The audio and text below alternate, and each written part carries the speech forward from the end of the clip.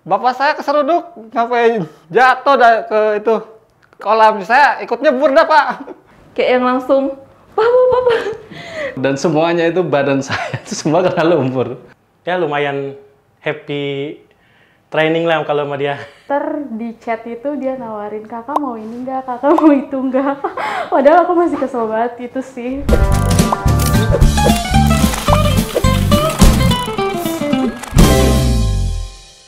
Oke, nama saya Kiki Supriyatna.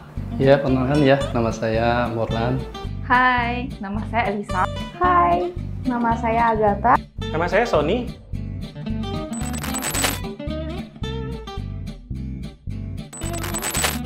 Terbilang keras ya, karena dia berbasicnya dari militer, jadinya ya lumayan happy training lah kalau sama dia. Sangat luar biasa ya bagi saya. Dia meskipun orangnya keras, tapi dia mendidik banget buat saya. Ya mungkin menurut saya ayah yang hebat. Papa itu family man banget, benar-benar nggak bisa jauh dari mamaku sama anak-anaknya sih. Dan kalau papa saya itu tipe orang yang penyayang, penghibur, dan kebetulan papa saya itu juga humoris, gitu sih.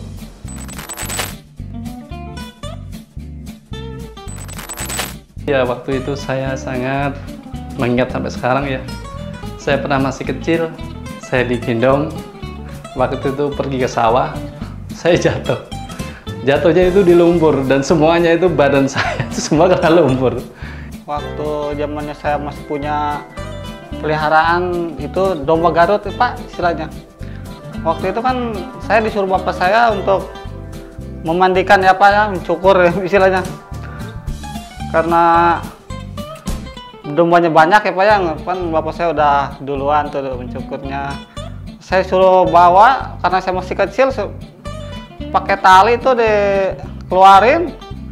Saya nggak kuat Pak, ujung-ujungnya bapak saya keseruduk sampai jatuh ke itu kolam. Saya ikut nyebur dah Pak.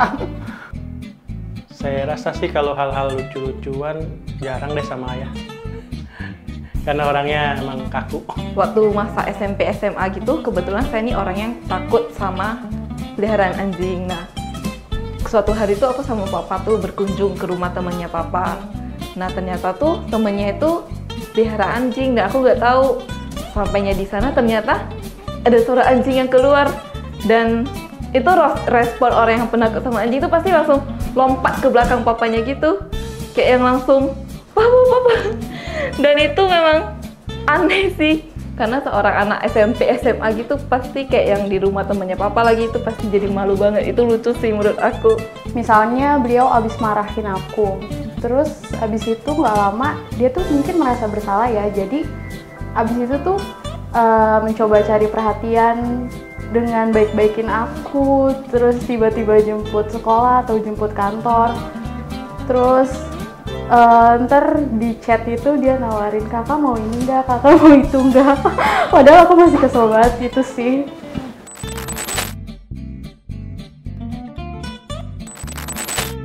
Papa tuh suka berbagi pengetahuan dan pengalamannya dia sendiri. Jadi kayak yang dia kerja, contoh di sini papa aku tuh kerja jadi nyablon. Nah, di sana tuh aku juga banyak belajar sama papa.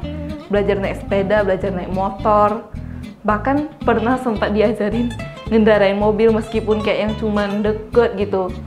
Terus kayak yang papa tuh suka ngajakin main bobongkar. Nah, itu kayak yang banyak hal-hal berkesan sih sama papa. Ayah saya itu benar-benar orangnya luar biasa bagi saya. Intinya itu pokoknya orangnya itu meskipun dia keras kepala, tapi dia itu sangat mendidik anak-anaknya. Yang paling berkesan itu kalau lagi sharing tentang nilai-nilai kehidupan sih. Beliau walaupun orangnya pendiam, tetapi istilahnya suka memberikan wejangan atau nasihat kepada ya anak, kepada itu untuk mengenai kebaikan. Ya pokoknya masalahnya untuk berbuat yang baik lah istilahnya.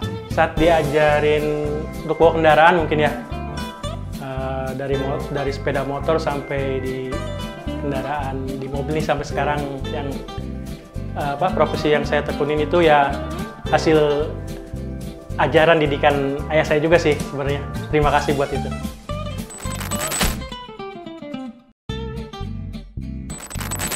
Banyak orang yang bilang tuh kebanyakan anak tuh kayak yang nggak bisa menunjukkan cintanya ke orang tua ya. Nah di sini aku pribadi juga orang yang kayak gengsian, tapi di sini aku pengen nyampain ke papa dalam video ini, papa tetap kuat, tetap sehat, tetap bahagia selalu sampai anak-anaknya bisa ngebahagiain papa.